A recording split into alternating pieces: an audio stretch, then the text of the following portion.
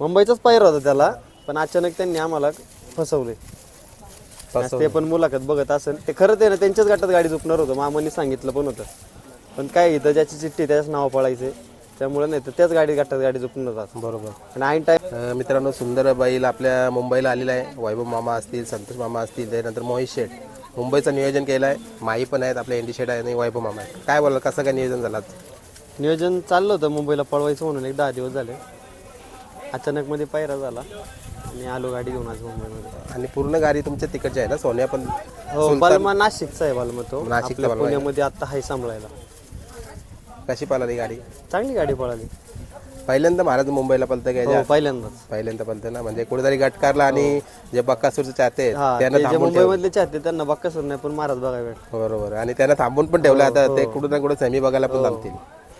आता माई सोबत कसा काय संबंध, काय बोला? माई सोबत तो पहिल्यांदा आपण आलतो बकासूर घेऊन, ज्यावेळेस कुठे कोणत्या गावात सोन्या बरोबर मैदान केलं आणि वावलेलं तेव्हापासून कॉन्टॅक्ट मध्ये आहेत. काय मुंबईमध्ये काय पायऱ्याची अडचण आली तर माईला आपला पहिला फोन असतो. बरोबर. आणि कुठेतरी आता माईकडे पण ना एंडी शेठ पाटील यांच्या टायगरचा पण नियोजन. हो, टायगर आणि बबन पळाली होती एकदा बिनजोडमध्येच. बरोबर. आता जो नियोजन केला गटाला, गाडी छान पळाली आहे. म्हणजे मुंबईचं मैदान म्हणजे कसं वाटलं तुम्हाला? कारण तुम्ही बकासूर घेऊन तर नेहमी येतात, पण आज महाराजला घेऊन आले. नाही, मैदान बैलाचं पळण्यासारखे, कारण बैल फ्रेश मध्येच पळतो इथे. कारण कुठल्या खडी नाही, काही नाही, त्रास कसलाच नाही बैलाला. आणि आज एवढं पाय तेवढं ऊन पण नाही, त्यामुळे बैलाला तर काहीच त्रास नाही. बैल फ्रेश आहे, त्यामुळे बैल पळाला आज चांगला. कुठेतरी मला वाटतं जे आयोजक आहेत, मला प्रॉपर दादा असतील, त्यानंतर सरदार भाऊ असतील, म्हणजे पुढे थांबायला जागा आहे, प्रॉपर सर्व काही नियोजन चांगलं आहे. खाली गाड्या जवळजवळ 15 गट खाली जाते ते. खाली बी जागा आहे, वरती बी जागा आहे, कुठंच काय अडचण नाही. बरोबर. आता भरपूर जणांची सकाळीच मला तर भरपूर जणांना विचारलं बक्कासूर आलाय काय, 28 का 29 मध्ये पडणार आहे. मी त्यांना सांगितलं आला असता आपल्याला माहीत पडला असता. पण मला वाटतं कुठेतरी तुम्हाला बघितलं असेल लोकांनी आणि तो अंदाज लावला. नाही, आता बऱ्याच लोकांनी बघितलं त्यांच्या फॅमिली. बरोबर. आता ड्रायव्हर दादा ड्रायव्हर बसवलं ना, दादा ड्रायव्हर डबल. म्हणजे कसं काय अचानक ड्रायव्हर पण तिकडचं नाही, आज फक्त म्हणलं आता काय होतं, मुंबईवाल्यांनी कधी बैल नाही आणलं कोणत्या ड्रायव्हरनी. मस्त आपली सगळी ड्रायव्हर ओळखीचे, कोणी बस म्हणलं कोणी बसलं असतं. पण आपले सातारे आता 3 फेऱ्यातले बसतात सगळे इकडं, त्याच्यामुळं म्हणलं दादाला बसू. आणि मग मुंबईच्या बैल घराचा नियोजन नाही केला का? मुंबईचाच पायरा होता त्याला, पण अचानक त्यांनी आम्हाला फसवले. ते पण मुलाखत बघत असेल ते खरं ते ना त्यांच्याच गटात गाडी झुकणार होतं, मामांनी सांगितलं पण होतं. पण काय इथं ज्याची चिठ्ठी त्याच नाव पळायचे, त्यामुळे नाही तर त्याच गटात गाडी झुकणार होतात. बरोबर. आणि ऐन टायमाला लय म्हणजे फार रडायचंच बाकी राहिलं होतं. असे या गतीला पायरा तोडला त्यांनी. या टाइमला पायरा पण नव्हता झाला. बरोबर. पण मला वाटतं असं झाल्यानंतर ना मुंबईचा जेव्हा पैरा होत किंवा कुठला पण ज्यावेळेला तुम्ही महाराजचा पैरा देत असेल तर समोरून नक्कीच तुम्हाला एक मागणी पण येत असेल की आम्हाला पुढच्या मैदानात बक्कासूर आपण दिलेला आहे बक्कासूर. आणि त्या बैलाने आधी बक्कासूरच्या गाड्यात पळून 1 नंबर पण केलाय. माझं नाव नाही घेत, पण काही आपली परत फॅन फॅमिली त्याला ट्रोल करणार. पण असं नाही करायला पाहिजे कोणी, की जर ठीक आहे 4 दिवस आधी सांगितलं तर आम्ही काहीतरी जुगाड करू शकतो. तो बैल मग काल पळाला गटाला, लॉबी झाला, तो बैल आज परत मुंबईला इकडे आणला. जवळजवळ त्याला इथून राहटणे आमच्या बसून 150 180 आहे, तिथून परत मुंबई 400. किती प्रवास झाला त्या बैलाला. बरोबर. आता मला वाटतं एक क्षण तर तुम्ही नेहमीपासून बघत आल्या फसवणुकीचं आहे, त्याच्यातून काय शिकला आता काय? नाही, आम्हाला माहिती आहे, त्यामुळे आम्ही ना कधी आमच्या मामाने ना पहिल्यांदा मामा तर काही महाराजचे पैरे करत नाही, पण मामाने पायरा केला त्याच्यामुळे तर मीच पायरा करणार होतो त्या इथल्या मैदानाचा. पण मामा म्हणले चांगला बैलाचं नियोजन झालंय, तू काय करू नको. ठीक आहे म्हणलं चालतंय. लॉट काढल्याच्या नंतर त्यांना फोन करत होतो आपण, कितीमध्ये निघली. त्यांनी काही फोन उचलले नाही. नंतर मामा सकाळची मला 11 वाजता फोन आला की आपला पायरा कॅन्सल झालाय, तू पायरा बघ. तर पायरा बघायचा म्हणलं तरी चिठ्ठी बघायला लागणार. चिठ्ठीत आपण टाकल्या नव्हत्या. सोनू भाऊचा म्हणलं तुमच्या वाढदिवसानिमित्त माझी इच्छा स्वतःची तुमच्या नावावरती महाबैल पळवायच्या म्हणते. बरोबर आहे. सोनू भाऊ बोलले ये हाय चिठ्ठी आपली. बरोबर. आणि कुठेतरी सकाळी एक व्हिडिओ पण पडले की आजचा दिवस हा सोनू शेट्टी यांच्या नावाने महाराज. हो, फोटो बॅनर सोडला होता आपण. बरोबर. आता ही फसवणुकीची जी गोष्ट चालू आहे कुठेतरी थांबायला पाहिजे, काय बोलाल? नाही, खरंच मी सांगतो ना, जे आमच्यासोबत झालं तिथं फेड नाही सगळ्यांना. मलाच नाही म्हणत, मी कुठल्याही गरीब गाडगाला मला कोणी फसवलं ना तिथंच फेडायचे. त्यामुळे काय ते बोलण्यात काय अर्थ नाही, जाऊ द्या. बरोबर. कधी आता मुंबईचा कालीज म्हणजे मुंबईला कधी येते महाराष्ट्राचा कालीज? आणू आता मोठं मैदान असेल त्या दिवशी आणू. बरोबर आहे. कारण कुठेतरी बरीचशीच लोकांना आता तुमच्या तिकडे यायला तर सर्वांचं काही शक्य होत नाही. पण कसं अशा मैदानात आल्यानंतर प्रत्येकाला बघायला मिळते तो. नाही आणू बिनजोडला 100% आणू. प्रत्येकाची इच्छा आहे मुंबईवर, कारण या सीझनला बैलच आला नाही अजून. बरोबर, या सीझनला नाही आला ना अजून.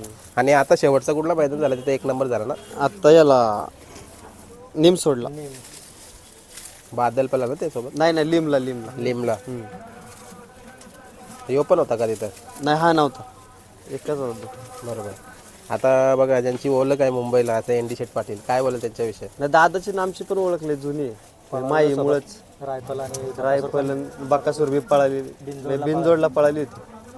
तेव्हापासून आहेत ओळखी आहेत, चांगले संबंध सगळ्यांसोबत चांगले आहेत आपले. बरोबर आहे. आणि नियोजन खाली 3 फेऱ्याचंच असतं का या इकडं बिनजोडचं नाही का? 3 पेरतच नियोजन चालू आहे आता तरी, पण आता काढू बिनजोडला. बिनजोडला, कारण खांद्यावर हात तुमच्या माईच्या ठेवले. पैरे करून त्यानं तोच आहे. बरोबर आहे. जो आजचा जो तुम्ही बैल पळवला सुलतान, म्हणजे अपेक्षा होती का आपली गाडी घाटामध्ये बसेल? नाही 100%, कारण तो बैल कायम कंटिन्यू गुलाबातला बैल आहे ना, आपला बैल बी काही गतीचा कमी नाही आहे. त्यामुळे गाडी तर 100% काहीतरी करून जाऊ असे आशा आहेत. फक्त आता कुठून लागते त्याच्या ह्याच्या मधून लागली तर 100% काढणार. पण बरेचसेच गाडा मला किंवा चाहते किंवा शौकीन असं बोलतात की ज्याच्या दावणीला मोठा बैल असेल त्याला अडचणी नाही यायला पाहिजेत कुठल्या प्रकारच्या, पण तुम्हाला सुद्धा सामोरं जावं लागतं. प्रत्येक आता मी सांगतो ना, कुणाच्या दावणीला किती 1 नंबरातला बैल असू दे, पण त्या दुसऱ्या बैलांना त्रास हा होतो म्हणजे होतोच. कसा आम्हाला होता, आता मी झालाय आम्हाला. बरोबर आहे. आता मध्यंतरी मला वाटतं तुम्ही पण मला वाटतं लग्नाच्या गडबडीमध्ये कुठेतरी बाहेरच जास्त मैदानामध्ये नव्हतं. हो, मैदानात नव्हतं. आणि तो पण नियोजन बकासूरचा चालू होता आणि कंटिन्यू बकासूर मैदानामध्ये गुलालात राहायचा. आणि तुमची पण विचारणी व्हायची. बघा काय वाटतं? आनंद आहे, काय गोष्टी. आता जो आजचा हा मैदान आहे, मला वाटतं 3रा पर्व आहे त्यांचा. पहिल्या पर्वाला एक फायनल झाली होती, दुसऱ्या पर्वाला पाऊस पडला होता सेमीला. हा लवकर घेतलाय म्हणजे कुठेतरी मुंबईच्या 10:30 वाजताच 30 गट पळून आलता. 30 गट पडला. मैदान उजेडात फायनल आला आणि झेंडा पंच पण आपले खालचे गाठवलेचे. बरोबर. आणि कुठेतरी रणजित दादा पण होते वाटतं, ते ना आले.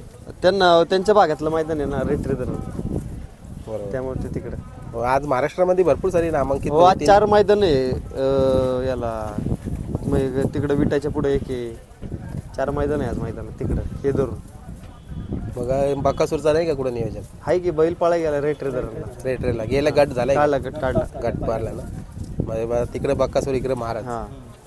आणि ज्या 38व्या गटामध्ये गाडी पळाली त्या गाड्यामध्ये गाड्या पण चांगल्याच होत्या. हो, चांगल्या गाड्या होत्या. कालच माईला विचारलं होतं मी, गाड्या कोणत्या आहेत नाही का? माई म्हणलं सगळ्या चांगल्या गाड्या आहेत, काही विषय नाही. म्हणलं राहू दे, जेवढ्या शेजारच्या गाड्या पळणार तेवढा आपल्या बैल पळणार. त्याच्याने म्हणजे कसं एक अंदाज पण घेतो, अंदाज लागतो गाडीचा. आणि तसंच तो तुम्ही घडवलंय. एक गावठी वासरू म्हणजे आज अख्खा महाराष्ट्राचा 1 नंबर झालाय अंदाज घेऊन. बरोबर. आता मामांशी काही बोलणं झालं का गट झाल्यानंतर? नाही, अजून फोनच नाही केला आता. आणि नेटवर्कचा पण थोडा इश्यू आहे. बरोबर. आणि मोबाईल तिकडे असेल बकासूरच्या सोबत. आता सेमीला काय वाटतं, म्हणजे असं तुम्हाला काय अपेक्षा आहे? आले मुंबईला तर लोकांची म्हणजे अपेक्षा नाही, फायनलला राहिले तरी खूप आहे ना, खूप आहे. कारण जे बकासूरचे चाहते आहेत त्यांना त्यांची मन जिंकावं त्यांनी, एवढीच अपेक्षा आहे त्याच्याकडे. बरोबर. चला, तुम्हाला शुभेच्छा देतो मी सेमी आणि फायनलसाठी. धन्यवाद. आपण एनडी शेटला विचारूया, रायफल आणि बकासूर पळवलेला तो क्षण काय बोलाल? 100%. ज्या दिवस आमचा बक्कासूर आणि रायफल पाला ना, त्या दिवस माझे घरी गणपतीचा दिवस होता. आणि ॲक्च्युली आम्ही मुंबईमध्ये होतो. ज्यावेळेस आमचा बक्कासूरचा नियोजन झाले असं सोहेलनी मला सांगितलं, तर मला खूप आनंद वाटला की आज महाराष्ट्राचा वाघाबरोबर माझा एक आदात वासरू पाळणार आहे. आणि खूप आनंद होता त्यावेळेस आम्हाला. म्हणजे जी गाडी झाली त्यावेळेस आमच्या घरात म्हणजे खूप धमाल केली. म्हणजे डीजेवर या साऊंड सिस्टीम करून सगळ्या माझ्या मुलींनी, सगळी म्हणजे फॅमिलीनी आनंद व्यक्त केला. बरोबर आहे. आणि कुठेतरी नाव पण मोठा झाला. 100%. जर रायफलचं जर नाव कुठे जर मोठा झाले असेल तर बकासूर ज्या वेळेस आपल्या रायफलच्या गळ्यात पळाला ना, तेव्हापासून आता रायफल माझा उजेडात आला. खरं सांगायचं, रायफलच्या मागे जो हात असेल तो मी सांगेल बकासूर. बरोबर आहे. आता त्यांच्याच धावणीचा महाराज आलेल्या मुंबईला पळाला. आता आपण मुंबईकर असताना आपण काय शुभेच्छा द्याल बोलायसाठी? 100% घाटावरून आले, तेवढ्या 400-500 किलोमीटरवरून आले. आता आम्हाला तर वाटतं की त्यांनी फायनलला तर राहावाच, तर माझं म्हणणं तर 1 नंबरमध्ये राहावा हे त्या माझी अपेक्षा आहे की त्यांनी 1 नंबर मारावा.